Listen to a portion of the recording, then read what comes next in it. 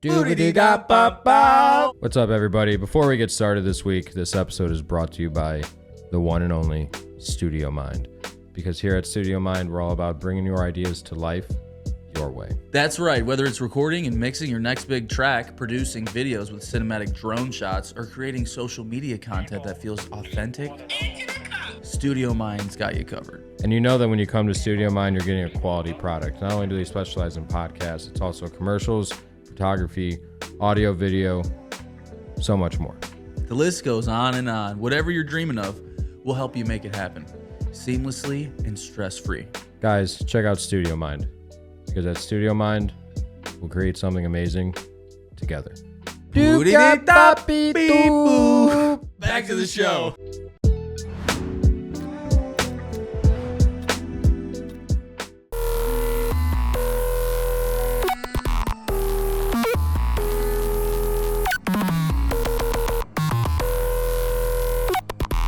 Wake up!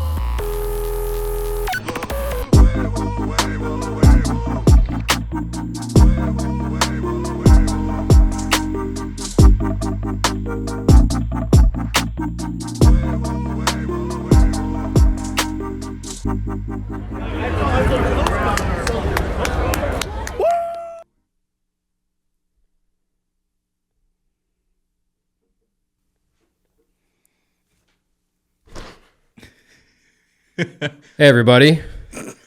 Welcome in. This is When I Wake Up, episode 28. And it is a cool evening here at Studio Mind. We are definitely awake. We woke up just for this podcast and just for you. We're here, joined by Tanner, as always. It's funny. I don't smell today. He actually smells today. Do I? You know what I mean? I don't. Do I? No, you don't smell, man. Just don't think about it. Just saying, like, I am that guy that you better tell if I actually do smell. Better tell if you smell, You better tell me. or there's gonna be hell to pay. To pell. Ha! Yep. There's gonna be hell to propel. Exactly. Well, back to electrolyte sports drinks. We are what? It's the 10th. It's the 10th episode here at the new and improved Studio Mind of 2024-25. Nice. That was pretty hot.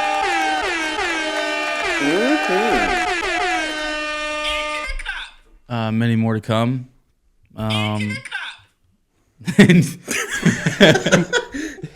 We're running out of cups. Yeah. And we got our Pellegrino.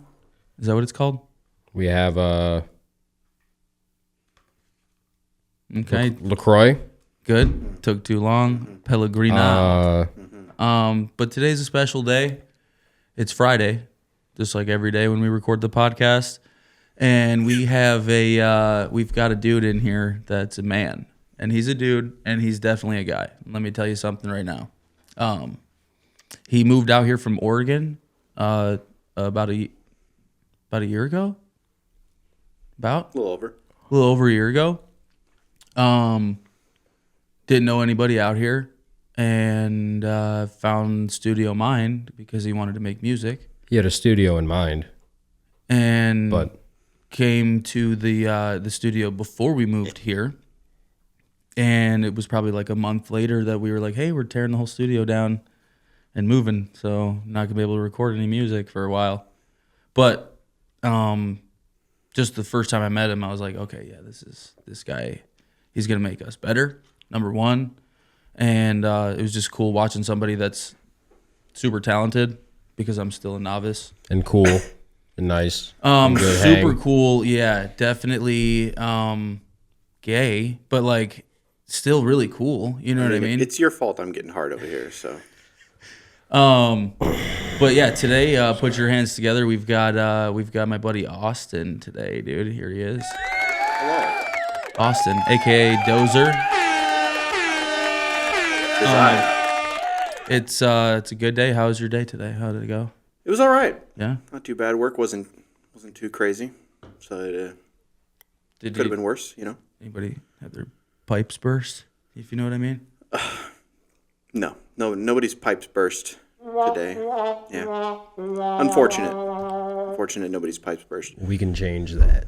No, but somebody did drop off 6 washers and dryers in front of one of my dumpsters. I work in an apartment complex, so it gets annoying when people drop a bunch of stuff off. Like garbage. Like they're like, I'm done with these. Yeah, like each section has a big dumpster for everybody. Yeah. And sometimes people drive into the property and just drop off their entire house worth of stuff or a bunch of broken appliances. Dumpsters?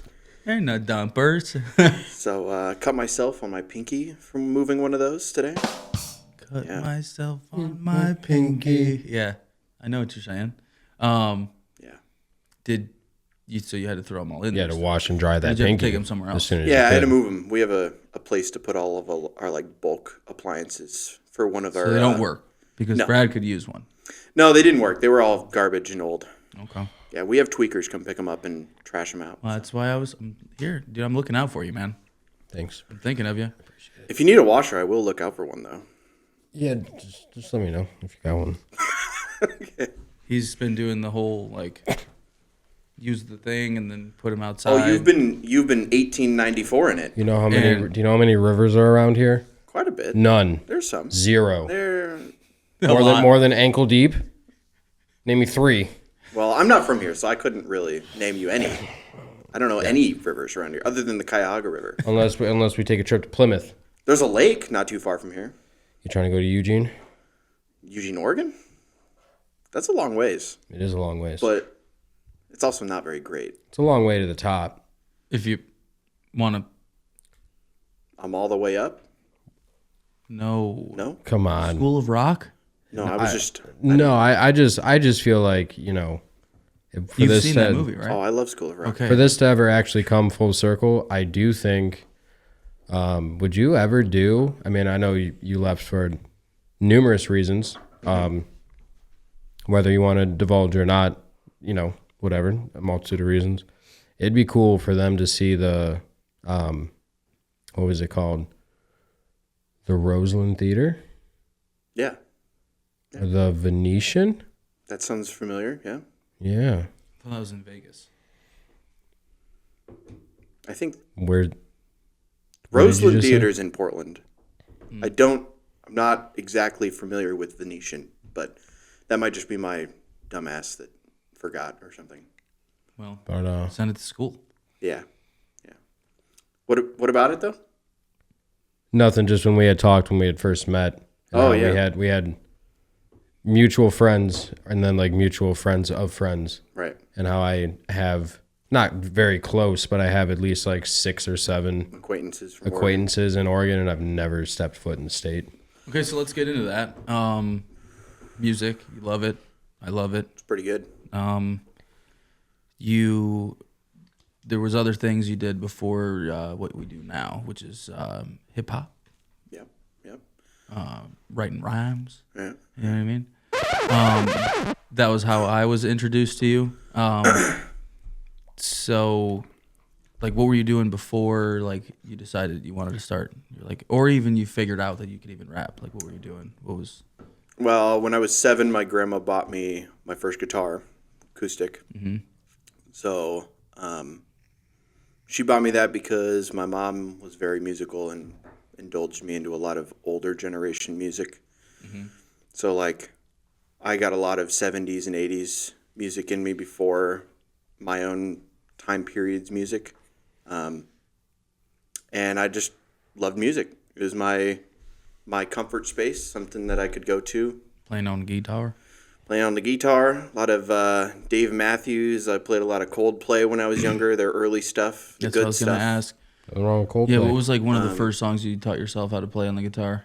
That wasn't something that everybody learned. Sure. It had to have been a Dave Matthews Band song. Probably, I think it was Too Much by Dave Matthews Band. Don't know enough. Don't know enough. It's a good Pull song. it up. Into the Cup. Sorry. Right now? We'll do it in post. Yeah. No, but yeah, it was probably a Dave Matthews Band song. Either that or Zeppelin, I would have to say. Okay. Yeah, see, like, I didn't even... My parents didn't listen to them either. It was really weird. Like I was listening to my parents were listening to like Beastie Boys and then like Eminem. Yeah, my mom was all over the place like that. And then country music and you know what I mean? Like Rascal Flatts and like it was all a bunch of random, not like even my dad too. Like he wasn't listening to Zeppelin or anything like that. Do we all have young parents, relatively young parents? Yeah, my mom had me when she was, I think, 18. Yeah, so my mom had me just before she turned 21, like just a couple months before. So I try to put in perspective, like, so we would have, so Tanner and I are like weeks apart age-wise, and we would have started first grade when we were 5, and we turned 6 at the end of first grade. So I put that in perspective. We're older than my mom was then. Mm-hmm. And my mom's big thing, bless her heart, was she would, like everybody else, like find what they like on the radio, and then just in her youth, find music in different ways.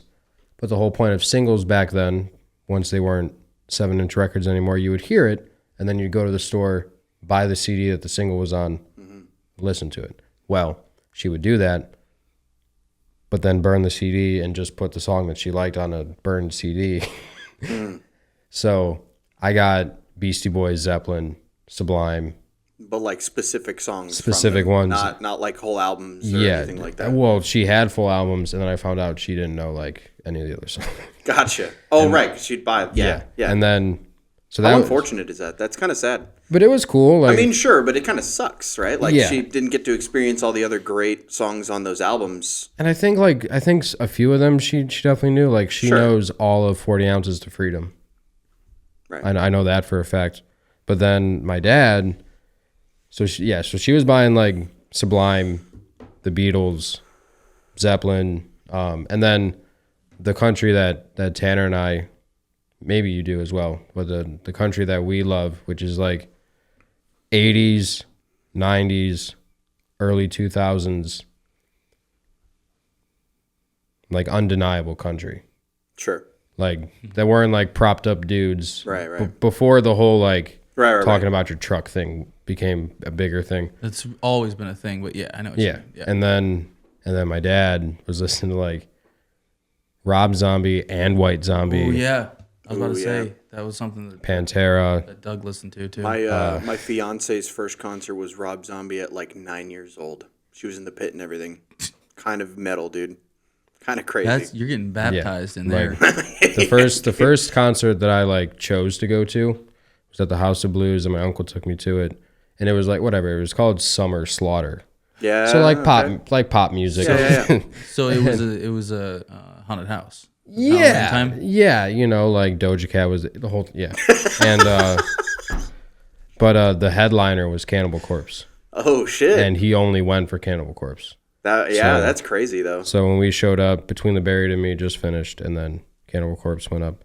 But, so it was a weird, like, basically hits from like the 90s and early 2000s from my mom. And then from my dad, it was just basically as heavy as you can get without knowing anything about heavier music. Like I didn't know anything about like black metal. I didn't know anything about Right. like who was it? Then we can move on. Who was it? Sepultura. Like I don't think I even know like what it is. stuff like that. Just like the guttural Yeah. stuff that was kind of crazy. But they liked Korn and Slipknot and stuff like that. Can I just say something real quick? I feel like I've never had one thing. This is gonna sound like so fucked up, but I feel like I've never had one thing where I've like fully indulged it on. What do you mean? Like fully with one thing Like where I'm genre? like fully no, I'm saying anything. Like fully obsessed over and like got to the end of like figuring out about it. You know what I mean? Or whatever the case may be. You've never gone gung ho on anything? I mean probably, but I'm just saying like it's never got to the like it's Professor Calamitous. You know what I mean? Like it's not like it got to the obsessive point and then it stopped. yeah. And it's just like a I get bunch it. You of didn't things like where I'm not like, fanboy over I don't one love- band or like one You know thing. what I mean? Like I don't know why, but I just feel like there's been like so many things where I'm like, yeah, I know how to a little bit, you know what I mean, or whatever. I think I have for sure. Because I think about that all the time when we're talking about music and like especially AJ, like it makes me feel like I don't know anything about music when I listen to you talk about shit. Yeah. That's Well, like, and I can agree with you to a point because like that obsessive thing, I would say it weaned like when we turned like 21, it kind of halted pretty fast because the obsession started late, and then it was only obsessive for like 7 or 8 years. That was like right about the time you started shaving your legs, right? No. I was shaving my legs like 4th grade, 5th grade. Got to get ready for swim They team, told dog. us there was a pool in the basement of the high school, and In the basement? yeah, Damn. they also said we have to try out naked, but Was it dark in there? No, it was well lit. no. I mean, Good pictures down there. socioeconomically, it's a nicer. That's not what you meant. No. Fucking A. No, it was well lit, well fun. Okay. But no, just the point of but again, it's it's also a problem because I know all this shit, and you'll be like, all right, like all these bands, most of the bands you just named, I didn't know. I've never heard. well, it's good because you wouldn't like most of them. And that kind of makes stuff sense for me. though. Yeah, like. But to get back to your question though, like I think a lot of music that I was exposed to made me really interested in it and made me want to use that as some sort of a therapy because we had no money for therapy. So I had to do it myself. So music became that for me. Well, and you I probably think, didn't even know what therapy was either. But I needed it At that point. at I the time. think a lot of the Man. music that That's him and not I were real. into, it was a bunch of people that probably needed therapy. That's true too. So the songs We could kind of relate to better. Yeah. that you could resonate as best you could being 13 Right. and like, yes, you can't I even relate drive. to this.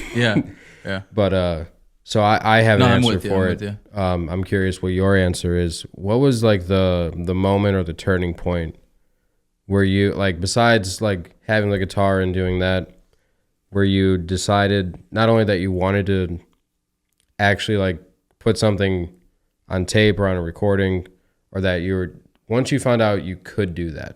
Do you remember when that clicked? When it happened? So yeah, actually, I think it was probably, like the real point that I saw myself being a like an actual musician was probably junior year of high school.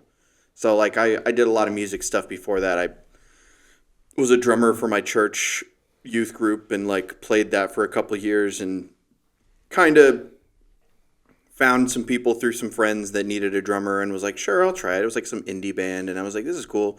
Didn't really work out. I wasn't at the level that they were when it came to like knowing their instrument, you know? Which can be intimidating. Yeah, definitely. But no, in high school, when I went to junior year, I had switched from one high school to another. And I was in some class and some dude was talking about how he has a metal band and they're looking for a drummer. And I was like, I like metal, and I play the drums. I've never played metal drums. I've played like System of a Down and Which is sick. some Disturbed, and you Yeah. know, like I've tried Breaking to practice to Benjamin. songs like that, you know. Yeah. But I was like, I've never used a double bass pedal. Like I don't know how to blast beat. I don't know how to do anything like that. But I want to learn. You want my snare tuned higher? So he was talking about it, and funny enough, I was like, I'm a drummer. I can try out. He was like, cool. Meet us at this abandoned insane asylum that's in town. And I was like, fucking, Yeah. all right. Sounds And- like And it fits. Instead too. of Sounds like a plan. Instead of trying out for the band, we took band pictures, and I was just the drummer now. Nice. So I taught myself how to play metal drums, and definitely kind of looked at it and was like, That's this cool. is And he great. was just cool with like you not knowing exactly what they wanted Yeah, you I to do and guess, stuff. dude. I mean, it's high school. People don't think No, I great guess, shit, yeah. you know, like Yeah. And to piggyback on what he said before, they might have been like more versed and prepared compared to him, but they still didn't know anything. yeah. Yeah. Like they knew how to play like- guitar and they had practiced to I still metal don't know bands anything. and different stuff. So, but no, I became the drummer for that band for 3 years. I think it was about 3 years.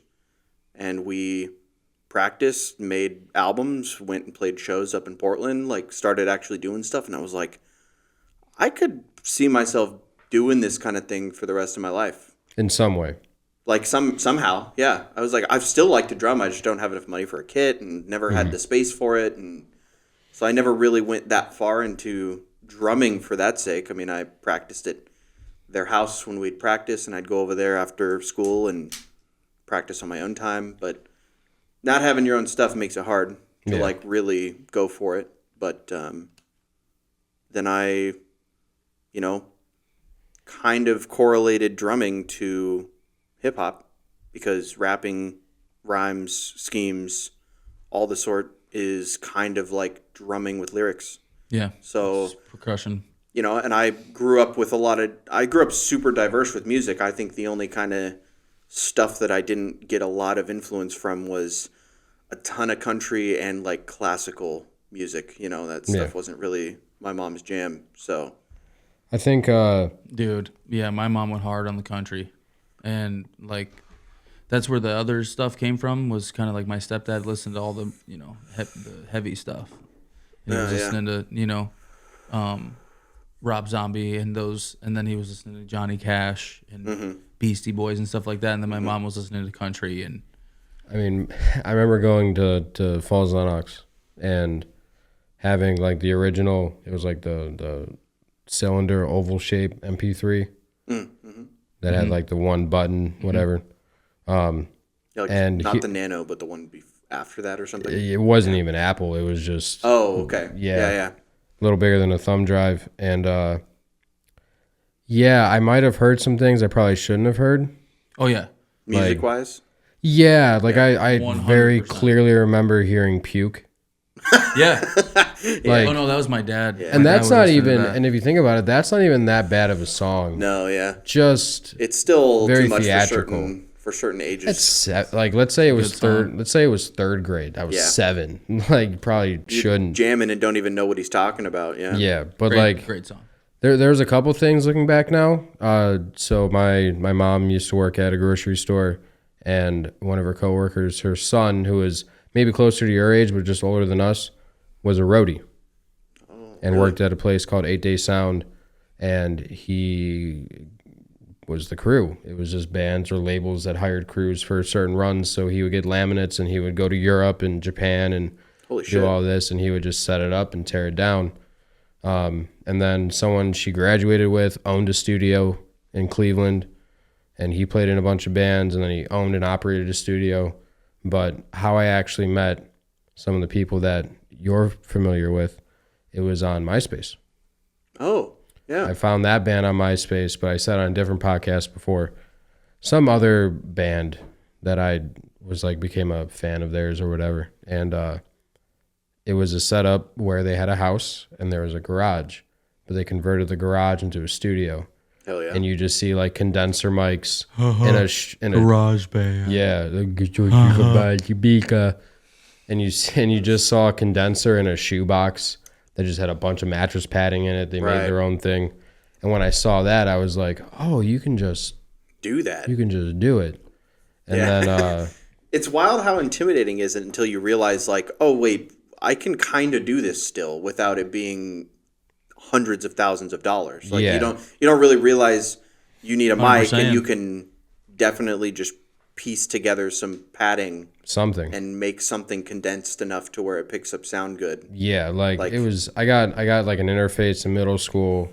I won't rehash the entire story, but the software that I used for the longest time, I had no understanding of EQing of anything. I eventually did, but I had a 3.5 second latency. So I would learn to record without hearing myself, and did the whole 1 year off. That's insane. And then it had to be on time because then I had to adjust it afterwards.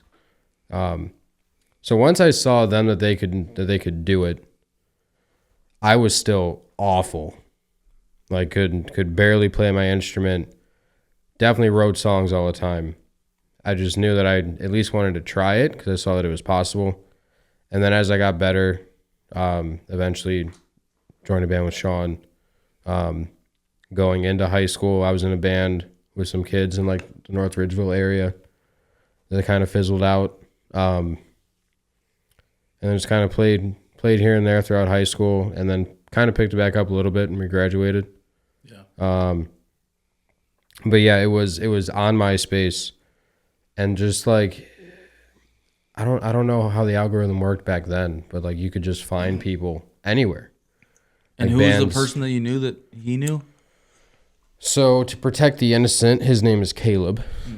Okay, Caleb. What was it? I think he might have changed it by then, but I think it's Daydreamer. I think that sounds familiar. I think that's what I could be wrong though. It's been a while. Really, really cool kid.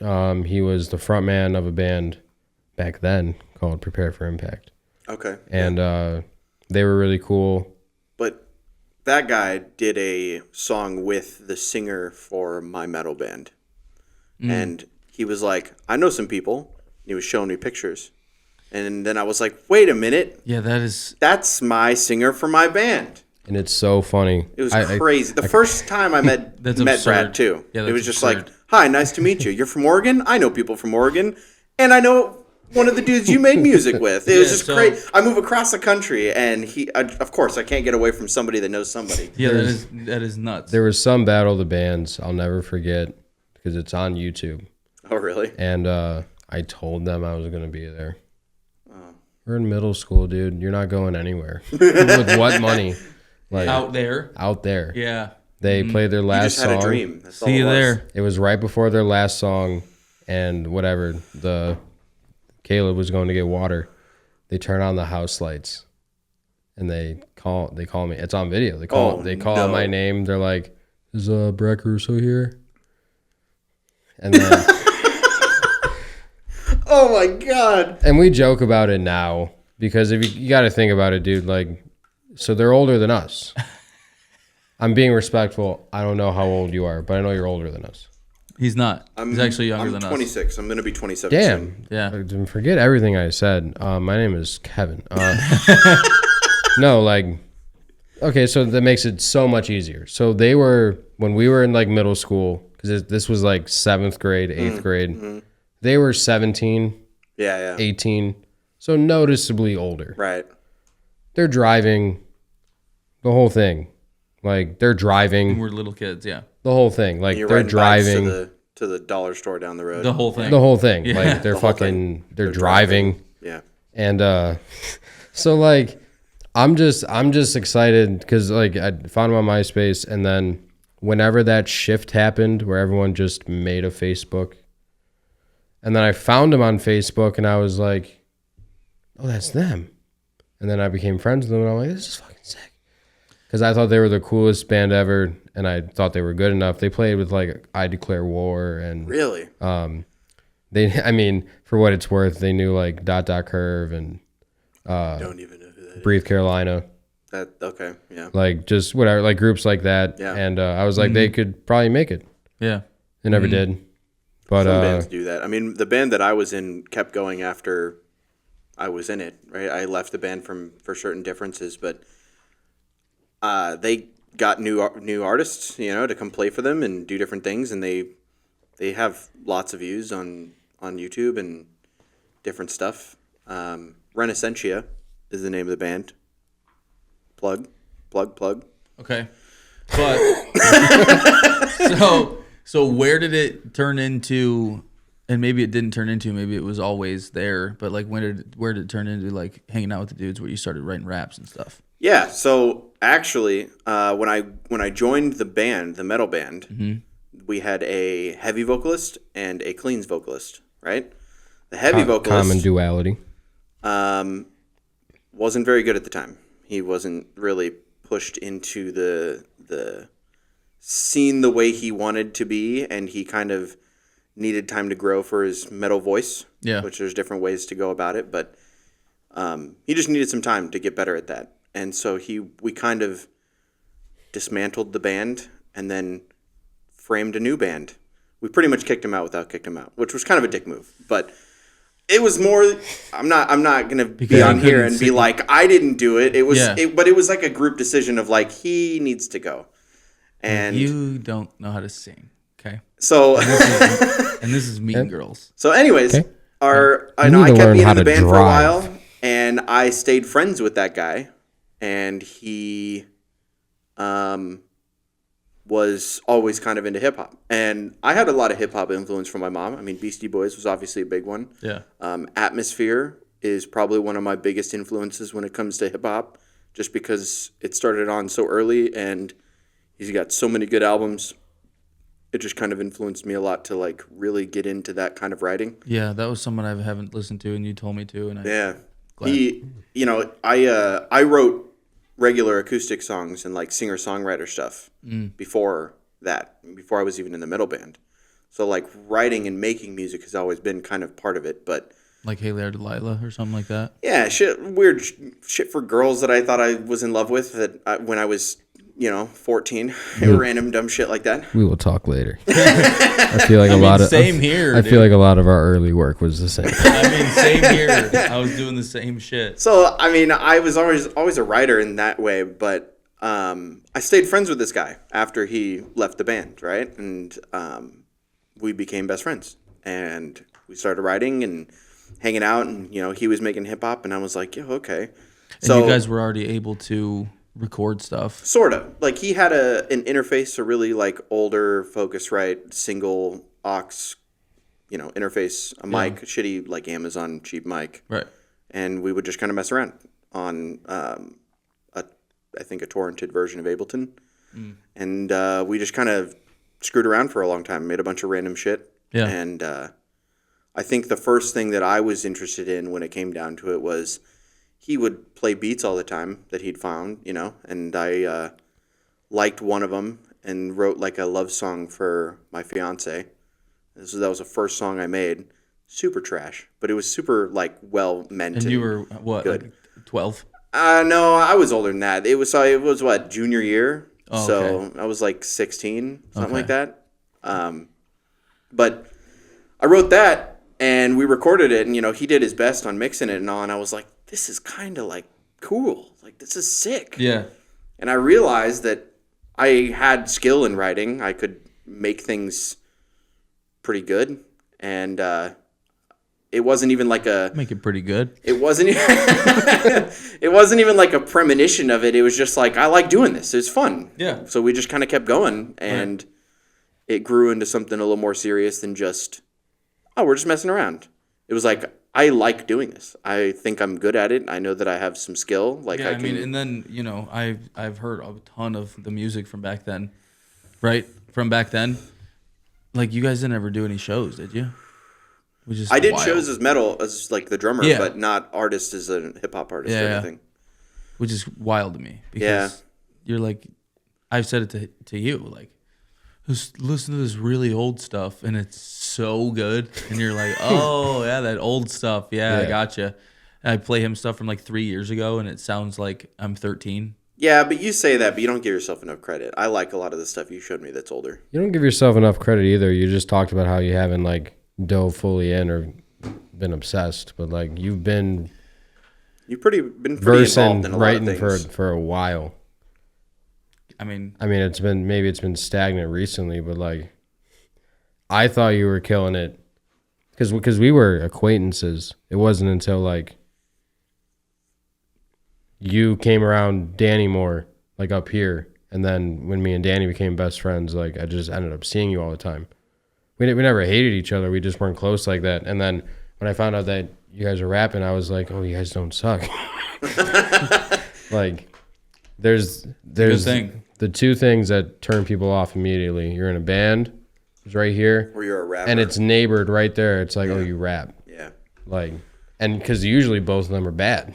And ironically, and the way that I kind of gained confidence in that is like I would always be nervous to show people my music, but I would do it regardless because I knew it was good for me to like expose myself and be vulnerable. So I would show people my music and they were like, dude, that's crazy. And I'm like, wait, really? Oh, shit. Yeah, to gauge people's reactions on it too. Because everybody's reaction when I'm like, I make music, and they're like, what do you do? And I'm like, I'm a rapper. They're like, okay. Yeah. Like, all right. Yeah. And I'm like, Well, and You it's the whole thing that you we wanna were hear talking something? You wanna see something? It's the whole thing we were talking about with Mike, the guy that we just had on, where we're like, you tell anybody I rap or we have a studio, we built a studio. Like I was telling everybody And they're at like, work, oh, okay. and they're like, yeah, okay. And then I'm showing them videos, and you can't even really tell what we're doing because it's like nothing's finished. You know what I mean? They're like, oh, cool.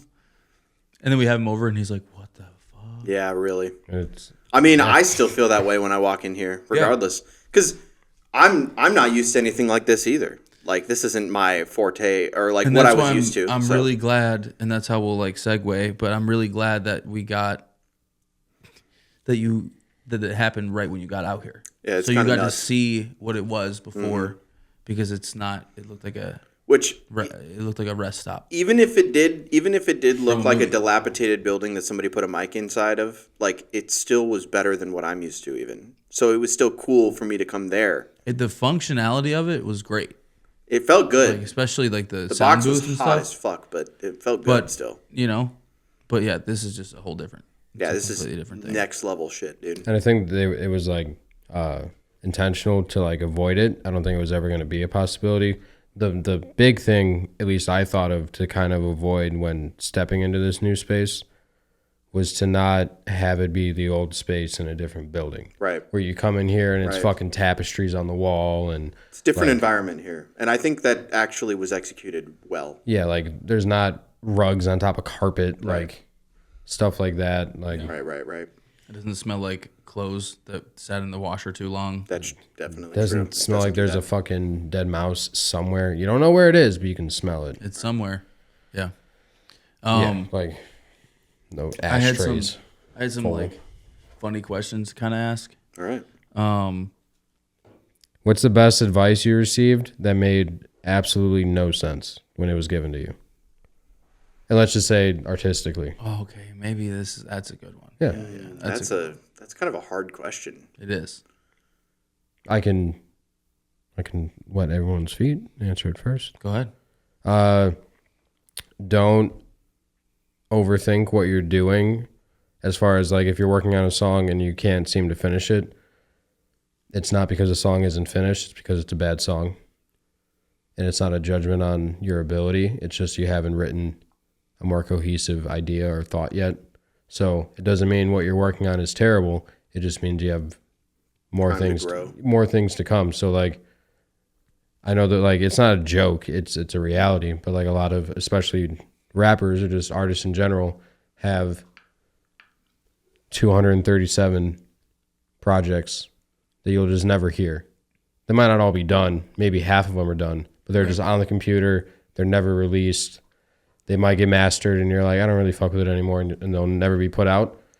But it's like, don't be prisoner of the moment too much. You kind of need to have like, like do the best that you can. But if you're like obsessing over it, you're never going to get it done. Yeah, And have a if little you- bit of patience for yourself. Yeah. and you're never going to get better if you I think think- that I what think- you're doing is the best that you are. Like you just have to know, like in some way you'll get better. right. Like so in some way you'll have an ear for different sounds, different music. Like I always thought it was the weirdest thing when you would hear the heavy metal guy. I don't want to say heavy metal, but like the heavier bands that we listen to. They're like, yeah, I really like James Taylor and Right. stuff like that. And when you're 12, you're like, You're like, the fuck why? are you talking about? Yeah, what the fuck What are are you you talking about? You ruined everything I knew about you guys. Yeah, Like this makes no like- sense. Yeah. Fire and Rain, the fuck like you just screamed hard. Yeah. Like talking about like disassociate. Yeah, like you said some pretty Bleeding gnarly from my shit. eyes and shit. Yeah. And then you're like, yeah, so James Gang was fucking right. But it's like, And yeah. it's funny because being older, you kind of realize that there is, like, influence can come from such different, like, diverse places that you wouldn't expect necessarily. So it is funny to think about that as an adult compared to when I was a kid. Like, knowing, and it makes sense now, but, like, knowing that the singer for System of a Down's most influence came from opera, I was like, huh? yeah, But then I listen to his shit now, and I'm like, it makes perfect sense, and it makes so much sense. yeah, But to actually answer this question, I think the simplest one that I feel like everybody hears is less is more, And I took that as, when I was younger, making music, or trying to at least, I took that as, so be less creative. At the time, I was like, so you want me to do not nearly as much, even though I have more potential to do things and grow and like learn how to do things? Like, I can't challenge myself to make things harder and then learn how to do that better. And I realized that it's not necessarily less creativity is needed, or it doesn't have to be as complicated. It's just learn. It's like almost like read the room, like realize where the music is in the spot of the song. What serves the song. Know that you don't need to fill every fourth beat, or you don't need to fill every single time a verse starts, or a bridge happens, or everything doesn't always have to be all the way up here. Like you need to learn where the balance is between all of it. And I've realized, being a rapper and taking it seriously as a musician, that writing is the same way. Like, because I would start writing songs and try and challenge myself by rapping faster, or trying to change my flow every 2 beats, or every whole measure. I would just do a completely different flow and flip it all the time. And I realized that like a good song could be the same flow the whole time if you do it right. And it's just about knowing how to work with sound and your lyrics connected to each other. Like Isaiah Rashad is a perfect example. Heavenly Father. That song is almost one entire flow the whole song. Yep. Other than like a bridge section of it. And it's so good. The whole thing. Earl does that a lot. Yeah, too. he does. Yeah. Like, and I think you learn, like, because it sounds like our singer-songwriter stuff had similar beginnings. At least intention. To save us both, I won't mention some of the artists, but I could probably gather it was some similar artists. But I think a problem that we all had in our own way, even Tanner and I, and especially Danny and I, started trying to form bands and play together, a big problem we ran into was no structure. And especially when Danny started like honing his craft and like trying to write like complete songs, they unintentionally turn into like stream of consciousness, where like the beat never changed, the flow never changed. There was no verse. It was just a continuous thought Yeah. for almost 3 minutes, and then it just ended. Yeah. And because it's so new and it's fresh and you're the one doing it, you can be critical and your friends can be critical, but it's so cool that you did it, where it's like sick. And it's like, and well, I can relate to that, because when I first came to the studio, you and I were talking about our music together, and either Sean or Jacob had showed me a bunch of your stuff before I had even met you, and I was like, this is really creative. This is really cool. And I even like gave you props for the idea that it's different, because you don't have such a verse hook song over style. You like changed the beat completely in the middle and changed complete styles. There was no chorus or hook. You guys just kind of did verses, but you changed the whole energy of the song throughout the middle, and it wasn't such an abrupt change. It was just like smooth transitions. There's been a bunch of songs that we've made that the structure of it makes absolutely no sense, but it still works. Like, some of it still worked. Yeah. But I even remember you talking about it, and you were like, yeah, it was cool, but I realized that that's a very like small group of people that really enjoy stuff like that. Yeah, no, it's all about melodies and stuff, man. It's about what gets stuck in people's heads. Right. That's really what it is. But honestly, as an artist, I appreciate that a lot more than the normal person that just likes music would. Like, Right.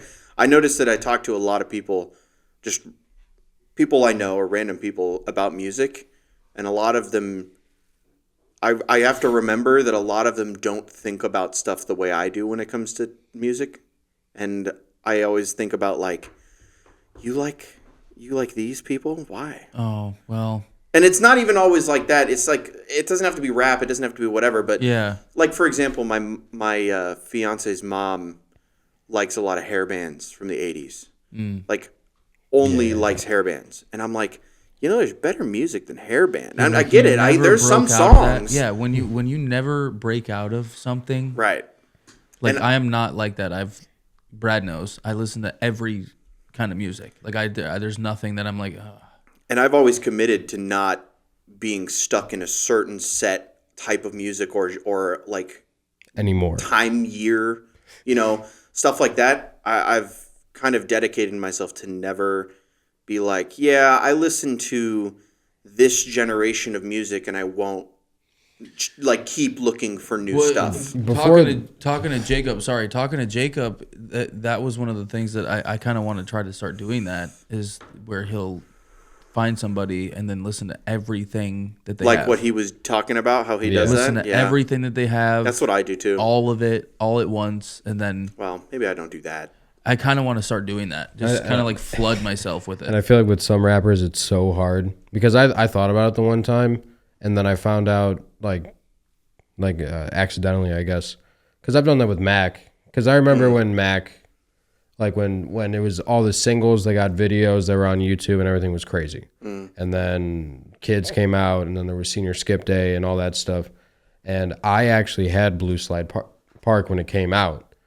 And then it just took off from there and everything was crazy. But then all my friends that would post like Mac songs from SoundCloud that were unreleased, but they were on there. And I'm like, what the fuck? Like, there's probably 80 songs on SoundCloud that people probably know because they're probably bigger now, and they're big as unreleased songs. But that. And see, that like right now's generation is almost like that's like Juice WRLD for now. Like, I have a friend that solely only listens to Juice WRLD for some reason. That's so. Which is whatever, right? That's their own thing. That's their own thing. Brainwashing. I know. But that's their own thing. But like, he has so much unreleased music that's on SoundCloud and other places that isn't on Spotify and iTunes. Like stuff that you've never heard before. Good. Can't sound good. No, some of it's good. Some of it's solid Juice WRLD songs, like stuff that blew up, like his stuff that naturally blew up. I'm sure there's probably a couple. I mean, there's a good. I'm sure there's probably a couple. There's probably come. Better be careful. That's why it's called Juice WRLD. Sticky fingers. But like, shouldn't have had that popcorn. but what he said, I definitely was that for a little bit because like you hear what your parents hear and then you find something for yourself that you discover and you obsess over it for a little bit and then I think maybe not everybody. But I definitely fell in that, like, if it was made after 1979, it sucks. And it was everything like Zeppelin, Sabbath, Who, like... you know who I didn't like back then? Is The Doors. Childish Gambino. The Doors. I couldn't stand The Doors. I don't know why. The Birds, the Eagles. I don't really like The Doors. I don't know why. But there was definitely that where it was like, oh, this is the music that makes sense. The only thing that makes sense. And like they would kind of play it on the radio, but it was like, this is better than Maroon 5. What the fuck are you guys talking about? And then once you find like, not obscure music, but the first time, like, I wasn't there for it. But Danny really likes Primus. Primus is great. Primus is awesome. Primus is awesome. There was a little run there. Danny went hard on the Primus. With the Primus. And there was a time where it was like, nothing's better than Primus. What the fuck are you talking about? Like, first time you hear Modest Mouse and you're like, this is music. I mean, they're really good. Modest Mouse is good. Yeah, there's definitely that. You don't want to stan anything too hard. That's true. You want to let people like stuff. I think I said it to Tanner a while ago. We have to remember how we feel when we listen to certain artists. They feel that when they listen to Taylor Swift, and it's fine. That is true. We just can't compartmentalize that. Right. But like when, I don't know, like it doesn't even have to be like a female pop singer, but like when Gavin DeGraw comes on the radio. Oh no. Like, and my mom hears it. Like whatever music does for us, that does to her. And it's like same thing with the 80s hairband stuff. Like I get it, Yeah. And like you, for me, you it's any jokes, song that I heard on the radio at Giant Eagle when I worked there. Oh my god, that kind of shit does kill you though on it. Like as much as the songs can be fucking bops, it's like if you have to listen to it for a year straight at work, the rotation of 12 songs. Yeah, my girlfriend worked at a bank and they did that kind of shit, and the song would pop on, and I'd be like, "Oh, this is such a good one," and she'd be like, "Turn it off." Every day she would put it on. The manager would put it on like 80s, and. It's everything. It's not all bad. No, but it's everything you can imagine. Yeah. And when you hear it every day, especially while you're at work, terrible. Like a place like that. Giant Eagle. Yeah. And I was the receiver. I became the receiver, which meant I was the first one there every day. So I would go in the manager's office and change it. And I would change it to like 90s, and it would be like Red Hot Chili Peppers. Oh, yeah. And good stuff. Yeah. That was coming on there. Made me want to feel good at work. Yeah. What's wrong with that? And she'd be like, what is this crap? And she'd come in and flip out and turn it off, and then say that customers were complaining and stuff. And I'm like, dude, no one gives a fuck. Nobody's complaining. I bet you someone's walking in here like, different music on in here? I bet you there's customers that are walking in here saying that because they're used to the same 5 songs playing in here. And that's what she said was complaining, is they noticed. I think someone did complain. I remember one guy did complain because Summertime by Will Smith came on. Which meant he was racist. And that's all that was. Yeah. Yeah, it is cool. I don't know why they're playing this rap music in here. Dude, he's known as the guy who doesn't swear in his raps. Really. I was going to say, someone's like grabbing for like Tostitos, and all you hear is, suck my kiss. Yeah. Like maybe that would have gotten a complaint. This episode is brought to you by Shoreline Shine Mobile Detailing, the premier mobile detailing service in Northeast Ohio. If your car is so dirty, the kids are using it to write "wash me," you know, with their dirty fingers. It's time to call these guys. And I'm being dead serious. If your car, truck, SUV, or even your boat is looking like it's been through the apocalypse, Shoreline Shine is here to save the day. They'll make your ride so clean, you'll be afraid to drive it in the rain, dude. Don't drive it in the rain! They bring professional, high-quality detailing services directly to your driveway. That's right. They come to you. No awkward small talk in the waiting room while you sip stale coffee. You just sit back, you relax, and you watch them work their Shoreline Shine magic. From deep interior cleaning to paint correction and even premium boat detailing, Shoreline Shine does it all. Plus, they offer add-ons like pet hair removal because your dog might love the car, but it doesn't have to smell like a fur factory. For real. But guys, the best part? Their services start at just $65. Are you kidding me? I'm not lying to you. That's cheaper than therapy for the heartbreak you'll feel after looking at your dirty car. Yeah, because it's gross. Whether you're going for a simple wash or their ultimate full detail package, the UFDP, Shoreline Shine will have your ride looking so good, you'll consider charging people just to sit down in it. How much? More than $65. Are you ready to bring the shine back to your ride? God knows I am. Book your appointment today then by calling 440-850-6362 or check them out on Instagram at Shoreline Shine 440 to see their incredible transformations. You're going to love it. I guarantee it. Come on. It's Shoreline Shine Mobile Detailing, where they bring the shine to your ride, even if it's been through a mudslide. That's right. Now back to the show. Here's a good one. If you're this is a good one. You like food, right? Yeah. Me too. Obviously. Me too. You like food. What? Diabetic, yeah. Yeah. If Say it. if your music was a food, Oh, no. what kind of food would it be? Piece of fried chicken. No, that's Danny's music. Oh.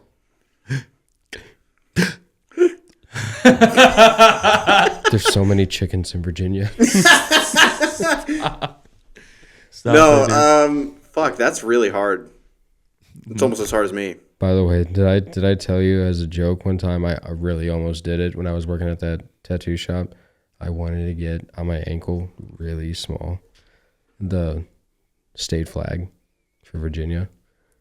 And I was going to show Danny and I'm being like... He wouldn't have even known what it was. I know. I'm like, you see that shit? All right, shut up. I don't know, man. It is a really hard question. Because when I think about it, I just think of foods that I like, and it doesn't even make sense. Right. Like, I was almost gonna say like, a burrito taco, but I'm like, that makes no sense because It's not. Not at all. It's not like that. No. No, not at all. I don't know. I would probably. How about if it was a color? Color. Okay. Rainbow. Probably like turquoise. It's a good answer. Yeah. I think turquoise would probably be where my energy hits on the color spectrum. If mine was food, I was going to say not right off the skillet, so give it time to rest. Almost cold, but not cold. Say home fries. But not the shredded ones and not the potatoes. Oh, you know what? The diced. That's a better way to look at it. The shaved ones. Fucking instead made of- right. The shaved ones, like it's Yeah, like so they're like yeah, the grated. thin, they look like That's not home fries. almost Those are like hash waffle browns. fries. hash browns are the fucking shoestring Shreds. Johns, the shredders. You're talking about So what are flat you talking pieces. about? I'm talking about not the diced ones either. The ones that looks like you fucking Yeah.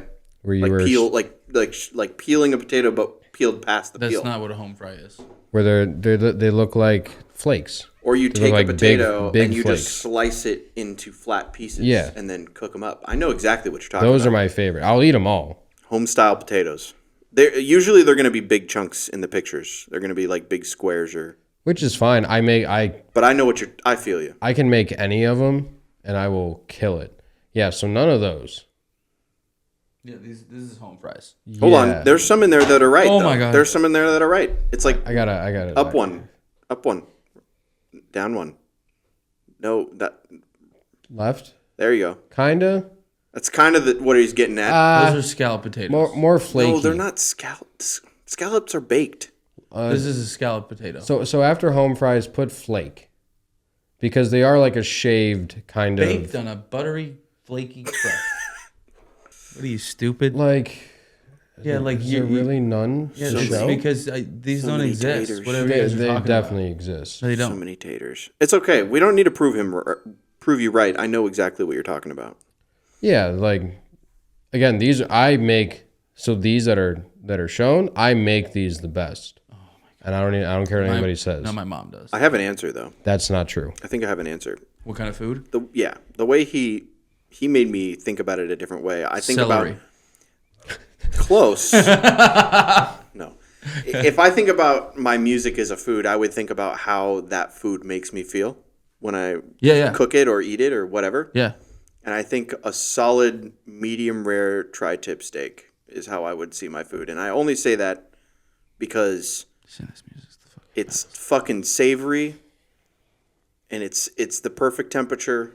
It's the he said his perfect music's- perfect vibe. I'm just saying that I like to make my music that way. It might not be for everybody, He's a perfectionist. but who it's for? I am that way about my music too. Yeah. I'm very specific. Mm-hmm. And Jacob is like, bro, come on. And I'm like, dude, but no, look. I was gonna say mine's like a nice bowl of whatever type of cereal you like. Oh, Fruity Pebbles. Or some plain Captain Crunch. Right? Have you ever had O's? The cereal What? O's? I What? love O's. Oh, Because you're from Oregon. I get it, dude. That's an Oregon specific cereal. Don't want it. No, Okay? it's here too. I've bought it here. Our state starts with an O. I forgot. That's the only place that oh, O's come from is O States. Oh, that was super bad. So I wanted to, because it's super cool that you decided this is the place that you were going to move to. Yeah. I know that there was circumstances that allowed you to get to this spot that you're Correct, in. yeah. But I wanted to kind of talk about the origin of getting out here and then get to you figuring out about the studio. Sure. So, I mean, you don't have to totally tell us why or what the reason was that you moved out here. Yeah. You know what I mean? But let's, Yeah. let's start with moving out here. yeah. So Oregon's pretty tough to live in, right? It's a little bit of a struggle. And me and the fiance, all of our family is there. But as every family does, we got our differences between certain parts of our families. Kind of as always wanted to go look around and find somewhere else to be, kind of check out different parts of the country. And her aunt moved here like 4 years ago for a job opportunity From there. from there as well. Yeah. Okay. Which is where? Salem, Oregon. Okay. And we actually lived in her grandma's house that had a separate section for like a different living space. So we kind of had our own place, but it was connected to their house. Yeah. But her aunt actually lived in that place before they moved, and once they moved, we moved into there. Okay. So it was kind of like they moved here, we moved into their old place, and then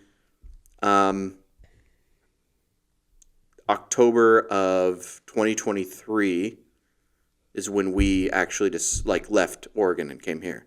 Probably early that year, we were talking to them after we had come and visit here. Yeah. Took a trip out here as a vacation and really liked it. Went to Ohio on vacation. Well, it's because they lived here, Love to hear right? it. We had somewhere to stay. Yeah, it was a different I- place to go check out. We went and checked out downtown, went to the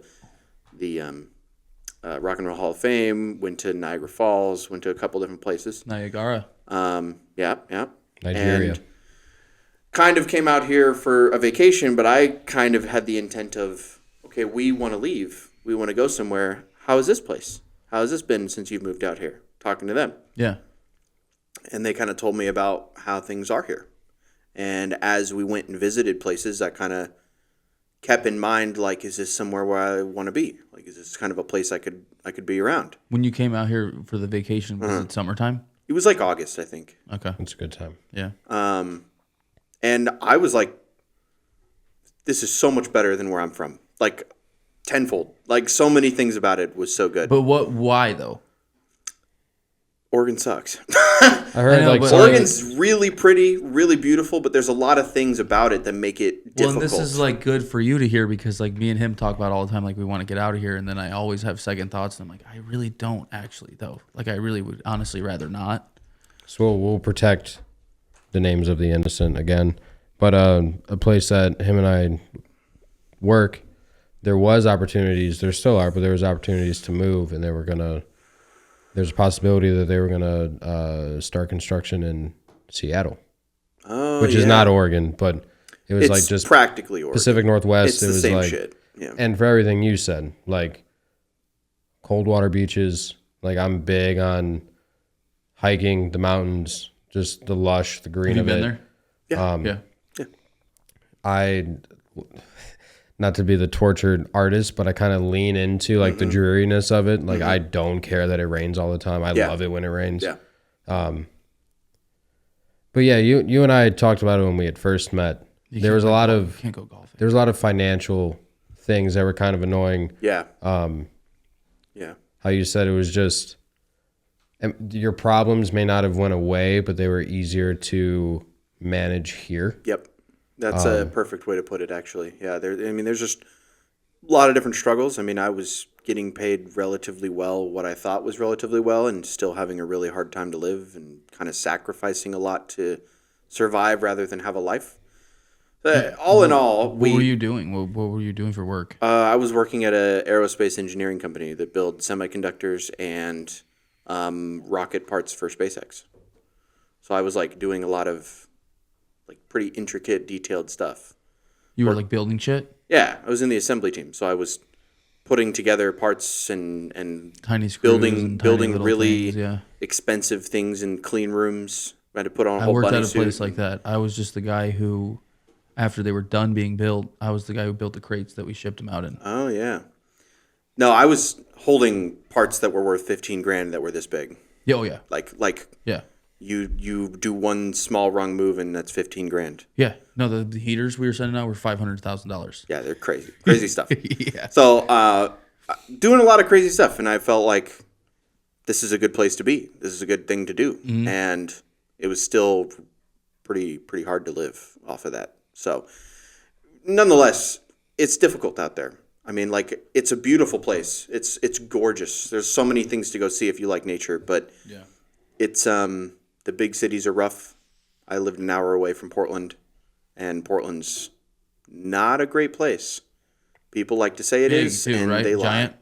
Yeah, it's pretty big city, Yeah. and it's not a good place to hang out at. A lot of people would say different, but those people are liars. And I'm sure it's just, I'm sure like it aligns everywhere. Like, cause you Yeah. could say that about Cleveland. Sure, Cause downtown I Cleveland, can't. is not Cleveland. right? It's not Cleveland. We work on the outskirts of it. We've done plenty of shows in Cleveland. Cleveland itself is not a place you want to hang out. Right. Like Toledo, you don't want to hang out there. Even No, Columbus. Columbus is cool, but Columbus is rough. Well, even Like, downtown, even right in Columbus, it's real rough too. Like even by like the, I'm pretty sure somebody pulled a gun on us when we were walking by like the campus.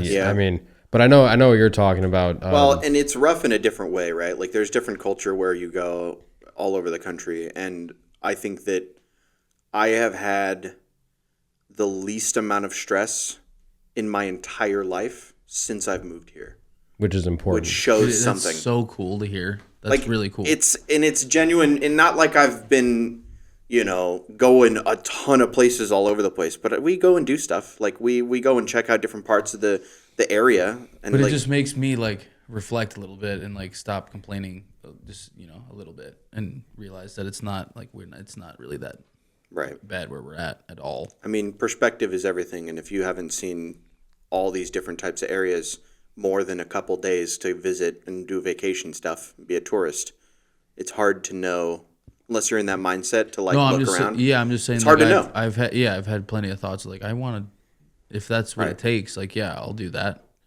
But then you say stuff like that, where like I've been the least stressed out ever in my life. Like, Yeah. You know what I mean? That sounds pretty good to me. So, And anyways, teach their own, because someone could have made an identical move the opposite way, and Sure. they're like, That's true. "Fucking Salem is course. perfect." Yeah. And Sure. it's like, all right, man. if they made a bunch of money, yeah, it'd be great to live there. If I made good money, like if I made over $60K a year, living in Oregon wouldn't be a problem. Were there witches there? Lots. A lot of Wicca. Actually, I mean, like the whole like rocks save your life and give you energy and like all that hippie shit. Oregon is huge for Okay, that. let's get back to the story. Yeah, sorry. Anyways, we had an opportunity. Her aunt gave us a place to stay and said, "Come live with us. We'll clothe you and feed you and bathe you and do all this stuff Get you on for your you." While you, Sponge bath or what? yeah, it's my favorite actually. Chemical bath. Nice. Sometimes, if I needed it, I mean, Stop. get ticks sometimes, I gotta pee so bad. Keep talking. But they offered to let us live with them and get established. Mm-hmm. It took $4.5 grand to get our stuff in an 8x8 crate shipped here, and then the drive out here was 4 days, probably 10 hours a day, not including stops and Yeah. getting to motels, and Yeah. that was with a car full of stuff and 2 cats that didn't like to be in the car. Right. We were talking about this the other day, where you stopped somewhere and you said there was what at this gas station that you were very excited yeah, about? like steaks and full cooked chickens and like groceries. Like it was the coolest gas station He I've said ever he'd been to. never been to a gas station that had like you could go grocery shopping at it, basically. Like And it wasn't huge. It wasn't very big. there's where I'm from, that's what the gas stations are. It's the grocery store. It was probably as big as Friendship Kitchen. Yeah. I know there's one in Southern Ohio, and I would drive to it just to see it. Go to a Buc-ee's. Never been to a Buc-ee's. Yeah, that would be cool. Yeah, which that's I wanted to go to insane. a Buc-ee's. But like They say there's like sheets, 80 you gas said you pumps. don't you said you don't have sheets out there? There's not No, sheets? yeah, Sheets is cool. I And- like Sheets. He was like blown away with sheets. Made to order, and yeah. Yeah. But it wasn't in Ohio. It was. You said it was probably like Indiana or something. Yeah, it was like the third day of driving. We stopped somewhere, and I think it was the last motel we had But before we got steaks. here. And you said you didn't get one. Well, we were in a motel. No, the steak from the gas station. No, they weren't cooked. Oh. They were like steaks you could buy. I like, thought you were saying that there was cook. cooked steaks No. that were like. They had Grab a steak. they had a ton of cooked food, by the way. It was more than any gas station I've ever seen. Okay, that helps. But me. it had like actual. What gas station have you been to that has like tri-tip and ribeyes to buy to go not cook? many. Yeah, not a I whole don't think lot I've of ever them. been to one that had that. No, I Maybe- definitely maybe have though. 2. Yeah, I've been to a few. There was a Where I'm from, Yeah. where I come from. there was a Speedway in Ashland. I think they had steaks there. cornbread and chicken. Anyways, no, yeah. So we drove out here. We said, fuck it. We're young. We might as well. Like, Yeah. what do we have to lose? I mean, Oregon sucks. We got nothing. We Oregon had sucks. $1,000 in our bank account by the time we got here, and that's all we had. So we lived at her aunt's house for 5 months. Saved up money to, put down payments and finance a couch and a new bed. And Got a job or stuff. Fiance transferred. She works for a bank, so she transferred from a bank out there to a bank here. Cool. That's and then cool. That worked I out. found a job at HDI Landing Gear, which builds landing gears for Boeing and Airbus and military planes. So it's your fault. Yeah. Yeah.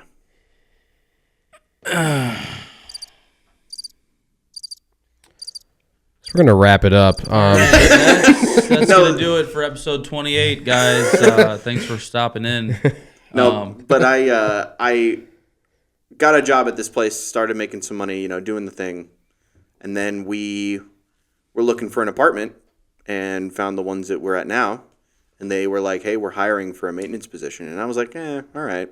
And they were like, we pay for your apartment and still pay you $18 an hour. And I was like, oh. Which, that's a awesome gig. It's a crazy deal. That's we've told you, but that's the apartment that Danny grew up in. Yeah. Yep. So, like, we spent plenty of time there. You know what I mean? So that's why it was just cool that that's where you ended up. Yeah. So we did end up getting the apartment there, and I was like, do I change my whole career path down this road? And this disguise that I've been wearing while we were driving out here.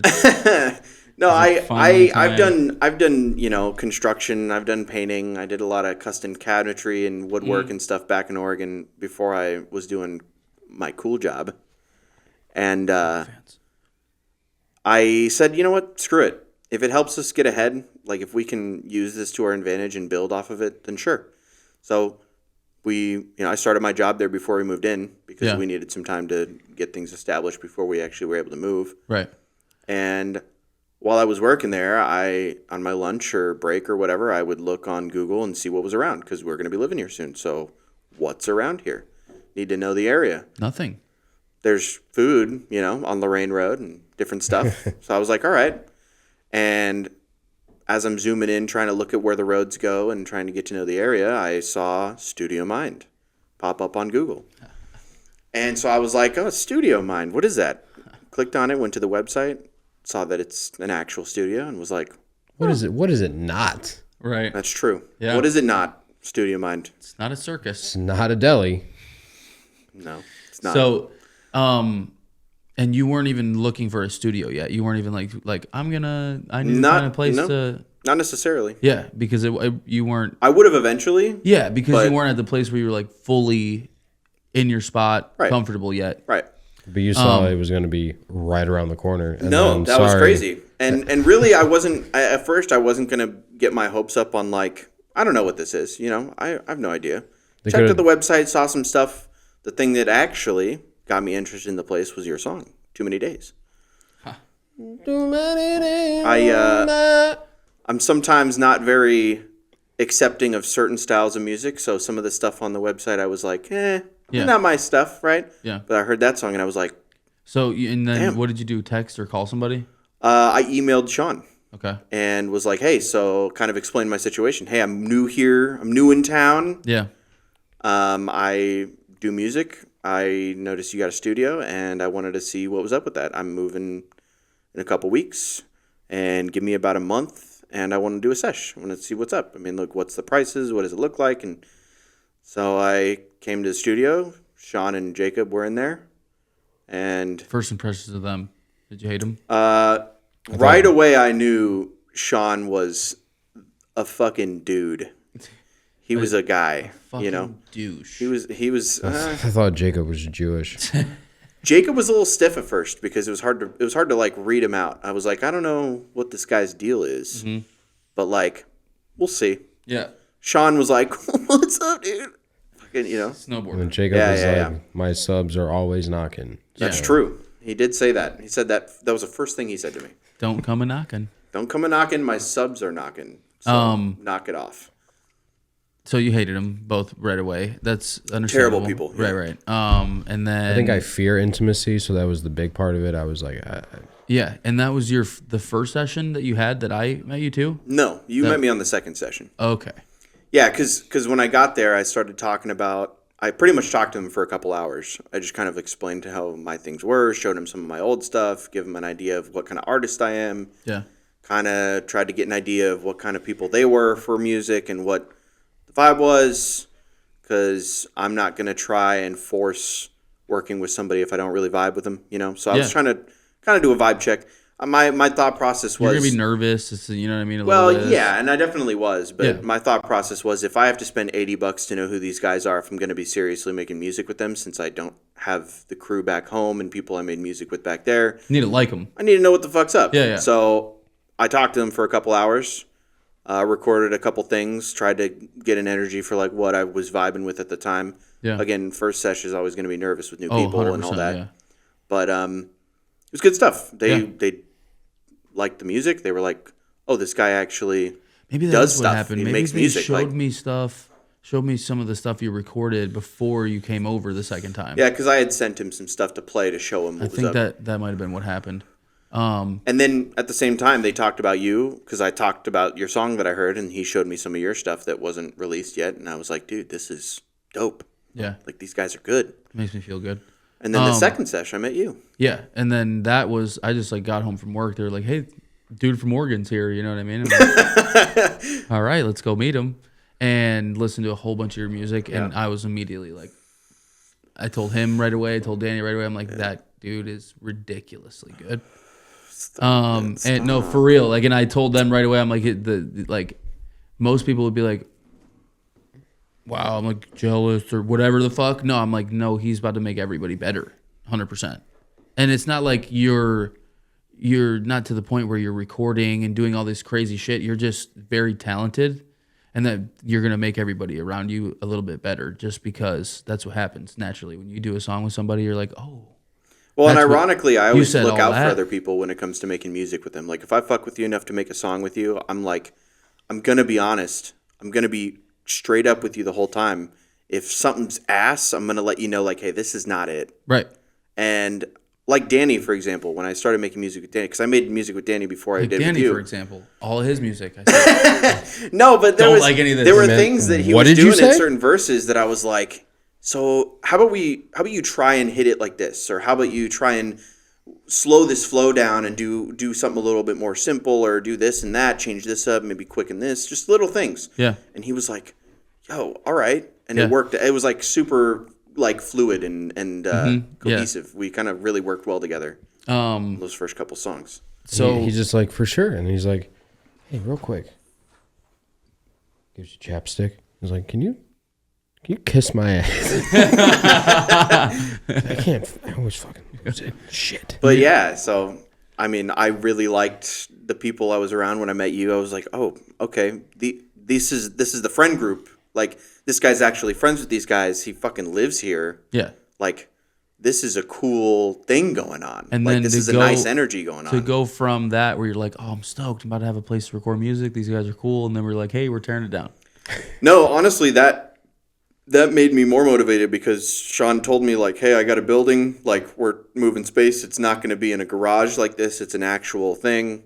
And we're actually going to build something real. And I was like, fuck yeah. Yeah. I told him, I'm like, from the get-go, like after the first session, I kind of told him, I was like, look, I'm serious about music. Like, I want to do something. I want to make something of this. And I don't know if it's ever going to go anywhere, but this is a passion of mine regardless. I'm not trying to get famous. I'm trying to make good music. Well, and that's the cool part about it is, like, you were in before we started moving here and doing all that, but then you were there every day during the process. Like, you were there when we tore the old one down. You were here when we set everything up here. So then it was just, that was what was birthed from it anyway, which is really cool. You know what I mean? And you kind of know what you're talking about when it comes to doing stuff, which is cool. You know what I mean? A little bit. Yeah, enough to get by, right? Yeah, a little bit. He's a maintenance man for a giant apartment complex. I mean, you can drive, so I can. I do have a driver's license, yeah. Ask him to find out if we could really be friends with him or not. What kind of driver are you? So when you like aggressive or defensive? Well, like, so when you, let's say you're leaving home and you're coming here. Okay. I know the speed limit. It doesn't change down this whole road. Yeah. Let's just say it's not bumper to bumper. It's open, but there's traffic, but it's open. There's cars, regular, yeah. What do you idle at? Probably 40. Good. Yeah. I told him over numerous episodes and in private, if I meet somebody and we hit it off, everything is cool, and then they're a shitty or dangerous driver, I just can't be friends with them. Yeah. Like there's no excuse to go 53 and a 30. No. Yeah, no. Like, or like if we went on the highway together, like going to a show that we're seeing or you're performing at or something, and we get on the interstate right here and it's 60 and you want to go 94. It's like, hey, I don't think we can be friends. You know what's wild about that is everybody in Oregon is a super defensive driver, so they either go exactly the speed limit or lower. And here, everybody goes 30 over the speed limit, or they're exactly the speed limit. It's weird the difference. Out there for real. If people are driving like that, that's my kind of place. Driving the speed limit. Yeah, that is my cup of tea. I want a lot of tea. I want to kind of end on, and we talked about it with Brad on the episode with Jacob. Mm-hmm. But I kind of want to end on what's on the horizon for us. We've kind of shoved you into the Wasted Talent group. Not fully participating. You might not be willing. We are going to force you to do anything. It doesn't matter what it is. Brad alluded to some hazing. There's going to be some of that. You're going to do a Gansey sit-up. It's par for the course. I'm not doing that, though. Yeah, you are. No. Yes, you are. No. You don't even know what it is. I don't want a blindfold on my eyes. You don't know what it is. Around a bunch of dudes. You don't know what it's it not is. safe. You don't know what it is. I think you forgot I shotgunned a can of Sprite. We don't fuck around here. Isn't that kind of dangerous? That's some gang shit right there. Exactly, dude. I did it. Who the fuck do you think this guy is? When I meet somebody and I'm like vibing and chilling, and then they do dangerous things like shotgun a can of Sprite, I don't think I can be friends with them. Too dangerous for you. It's not really my cup of Sprite. Listen, all I'm going to say is we got a food truck at work, and they had canned beverages. They might have had a Diet Pepsi that I, took an interest in, and I may have shotgunned it in the parking lot. I have videos of both of these. It's kind of insane that you did that. Yeah. He did them. It hurt. He did it, yeah. It hurt. And he powered through it. That's a whole can of fucking Diet Coke. But no, whole can of aspartame. So we've even put it on the schedule for Studio Mind. We're meeting twice a week now. That's correct. We want to really get to the point where we're real tight and solid, so we can get a set list together and start doing some shows. And I do think we're getting there. We're not too far off from really being like on top of our shit. For sure. It's only been a few times. Yep. You know what I mean? We haven't done a show in over a year.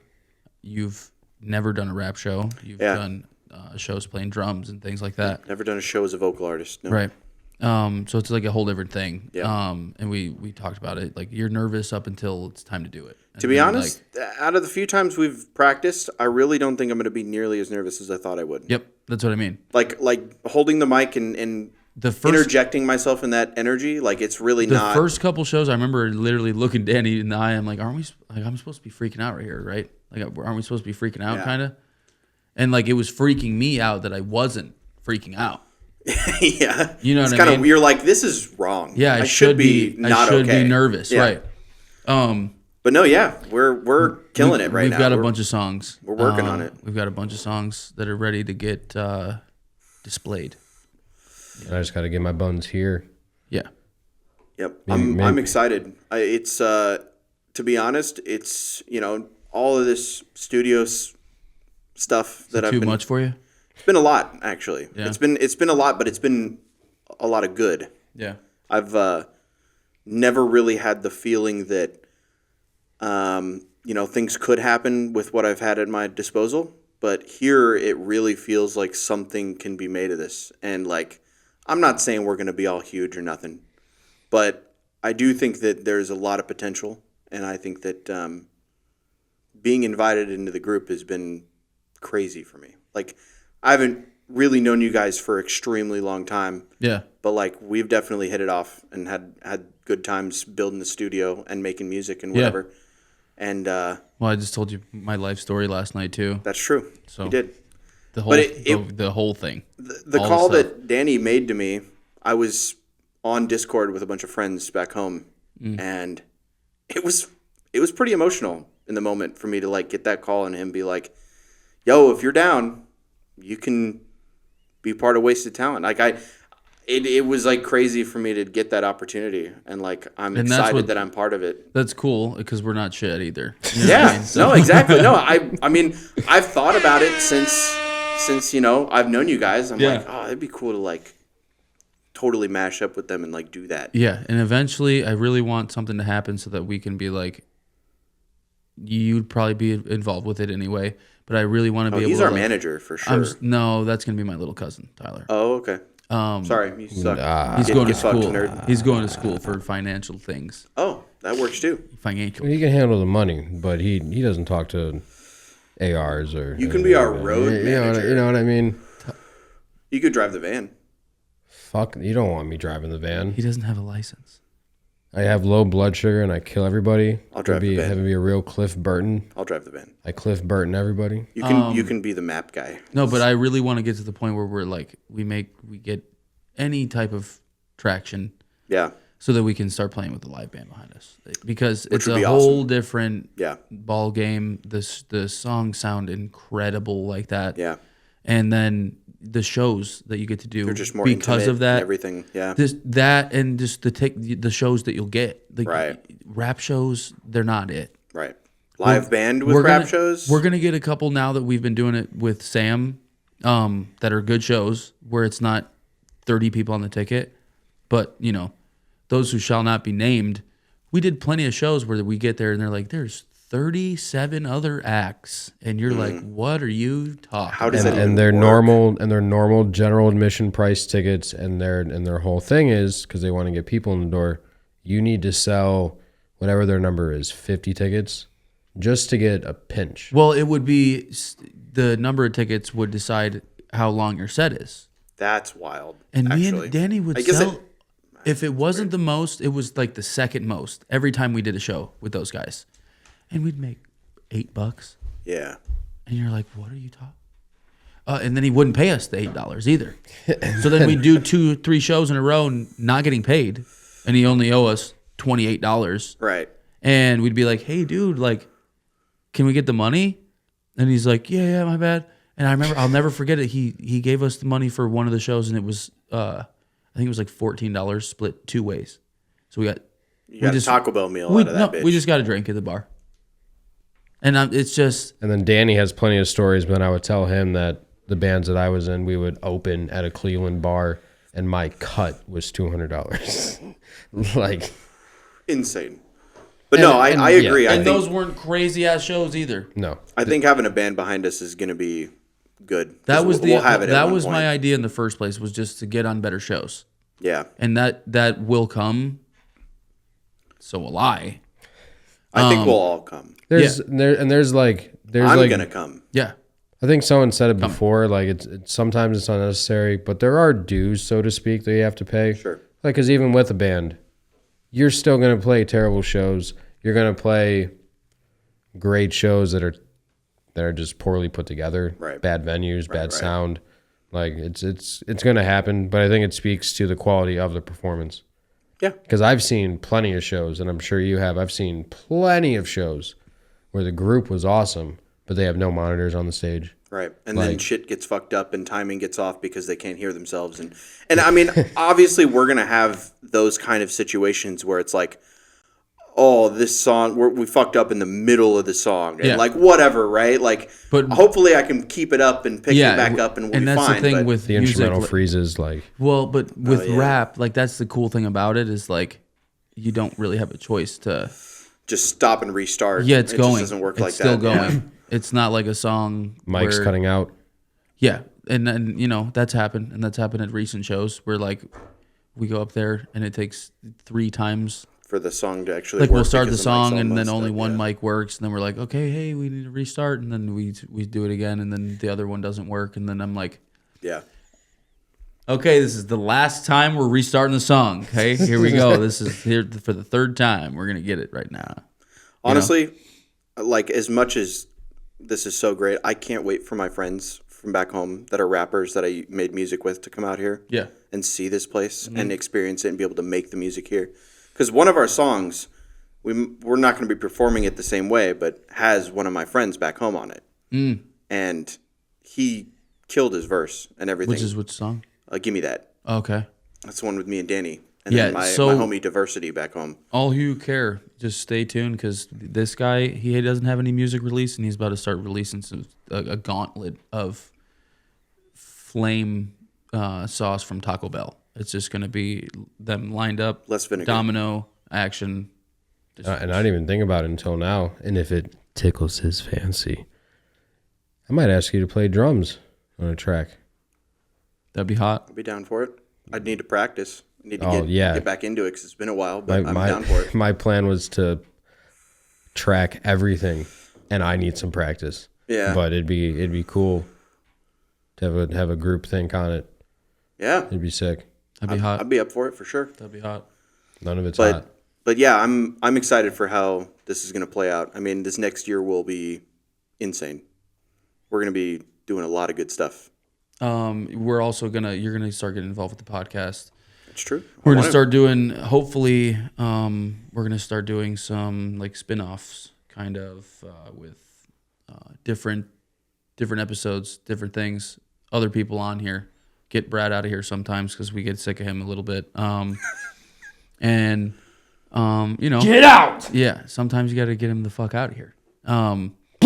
But no, I really love that you want to be super involved because we need that, and you don't want anything out of it either. You just want to be involved, which is cool because I want to learn. it's legit. It You know is what I mean? legit, and I want to be involved because I actually really like this place.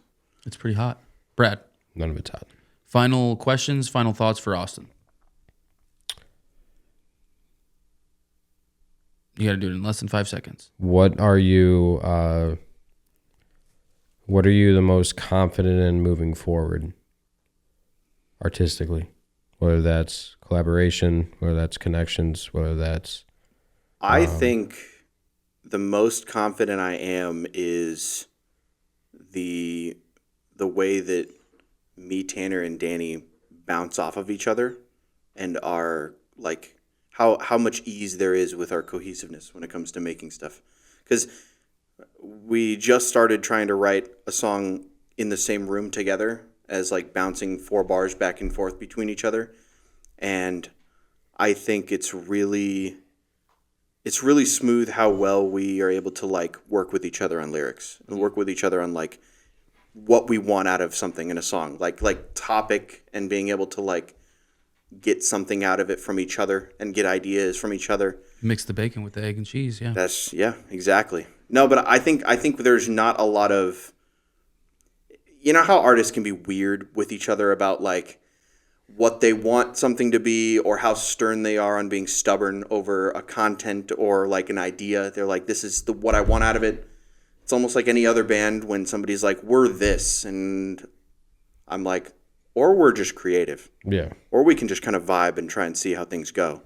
And I think there's not really any negative side to us making music together, at least so far, that I've noticed. And I think that's an extremely positive and very beneficial thing to have when it comes to collaborating with people. It's not often you find people that are like mesh super well with you and how you look at music. And I was scared as hell when I moved out here that I wasn't going to find that for a long time.